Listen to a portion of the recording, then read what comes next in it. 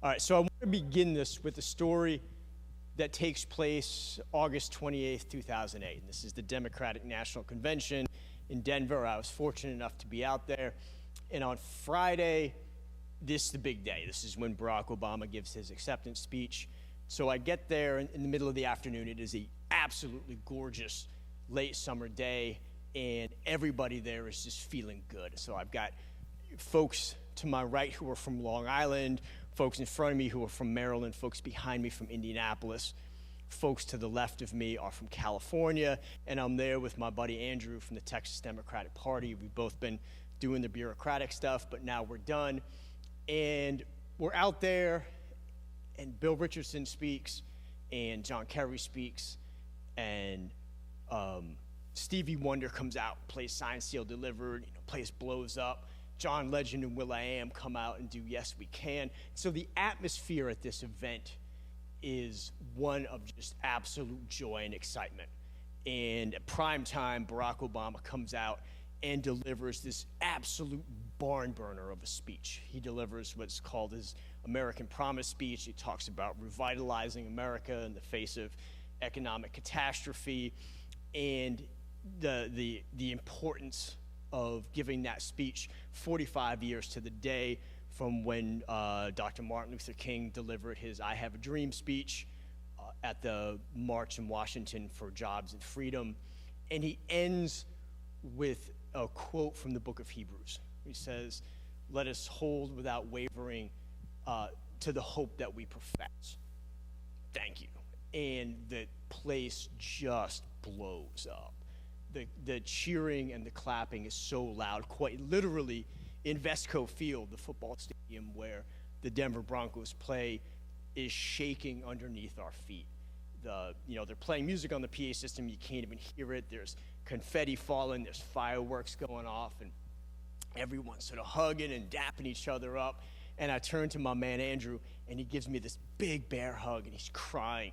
And he looks at me, he says, "This is our moment, man. We can't lose." And this whole day has really stuck with me, for the last, almost 13 years. But that particular moment, just the look in his face and what he said, sort of like, we can't lose.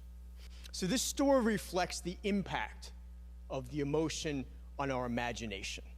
In this case, an emotionally charged event created in Andrew, myself, and thousands of others a sense of inevitable victory.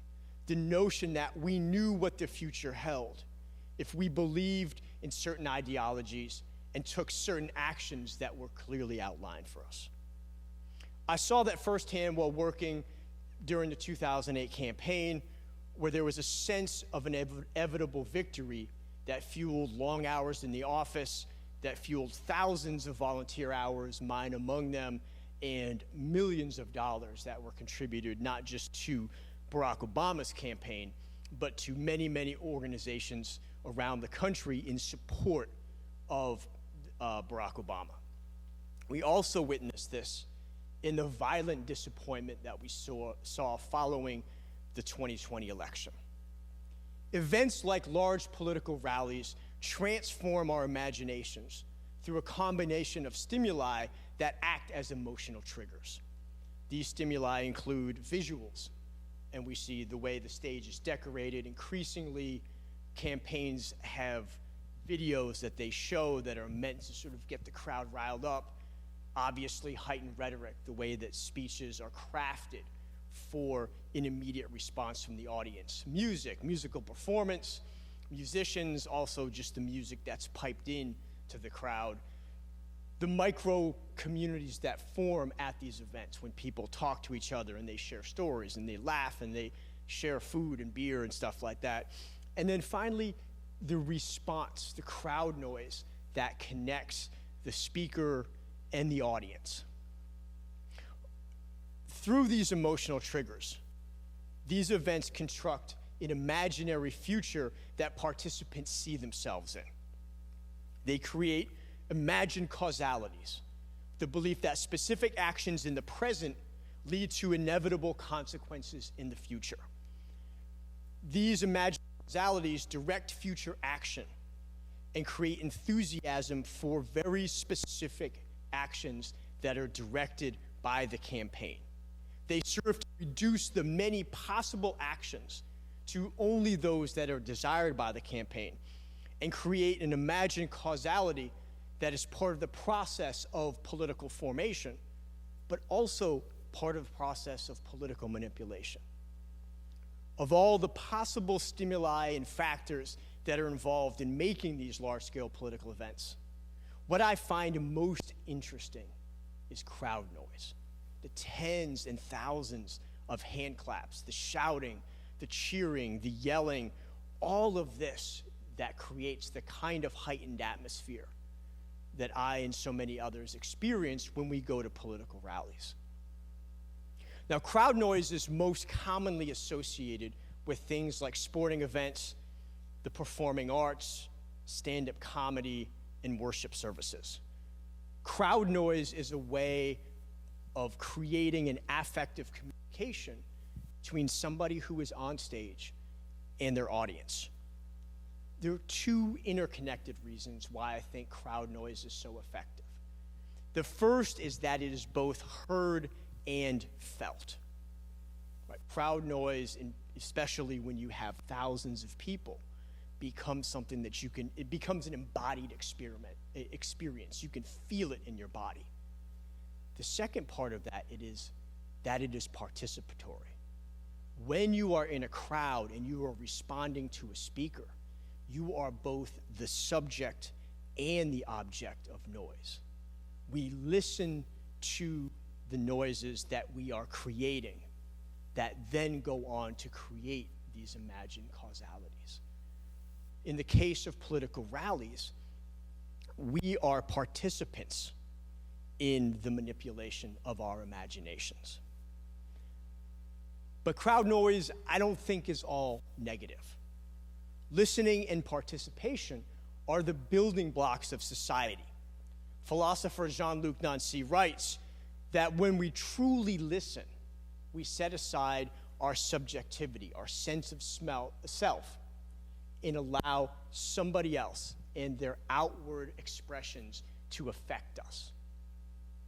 When we are truly listening, we are allowing ourselves to be transformed. This builds empathy. And one of the key things about listening is sometimes it circumvents recognition.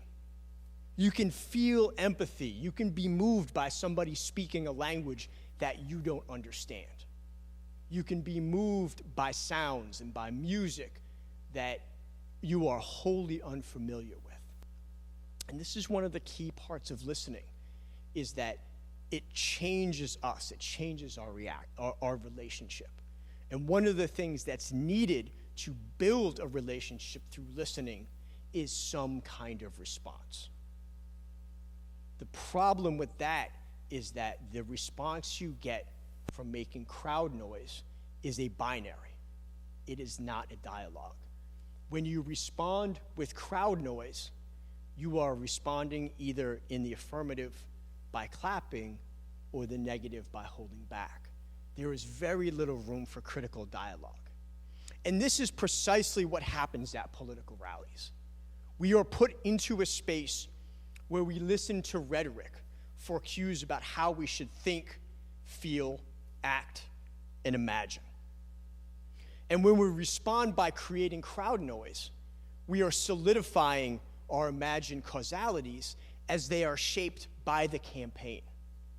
We create relations of empathy with the campaigner and with people in the audience. Listening at political rallies allows the campaign to mold our sense of self and other. So then, is listening at these large political mega rallies that are becoming more and more common, is this the culprit that leads to our broken partisan politics, to a lack of imagination and new policy, to a closure of a condition for political possibility? The easy answer is yes, or at least it is part of the problem. Listening as a transformative tool is complicated. It offers both empathy, but also manipulation. Sadly, it also appears that political mega rallies are here to stay. But I have a caveat to this. And I believe that when it comes to political rallies, participation is a key factor in manipulation. My anecdote for this is a lot of the journalists who I've spoken to along the way who cover political rallies, even those who attend rallies for candidates that they support, rarely wax partisan the way that spectators who I've talked to and who I've seen interviews with react to. And I think part of this is that the journalists who I've spoken to are not active participants in a rally by making noise. They are there to observe. And I will argue that they are actually listening more deeply than a lot of the audience is, because that's part of their job. But the fact that they don't participate keeps them out of that loop, by and large. And so when it comes to politics and political rallies, I certainly am not going to tell you not to go to rallies. In fact, I believe quite the opposite. I encourage everybody to go to as many political events as they can. I encourage people to listen to noise because it gives us a window into the hopes, fears, dreams, and aspirations that motivate other people. Hearing a crowd respond to rhetoric tells you what ideas resonate with them and what ideas don't. This helps us come to a better understanding of who we are and who other people are. This gives us a certain kind of empathy that without listening, we may never get to. But noise can change our mind. It can inspire us and transform how we imagine ourselves and our actions in the present and the future. But it can also take away our agency and limit our imagination. So this is my advice. Listen deeply and widely. Listen to as many different sources, different people, different speeches, different moods, different rallies as you possibly can. Just be conscious about what you make noise for. Because when you make noise, you transform yourself and others. Thank you.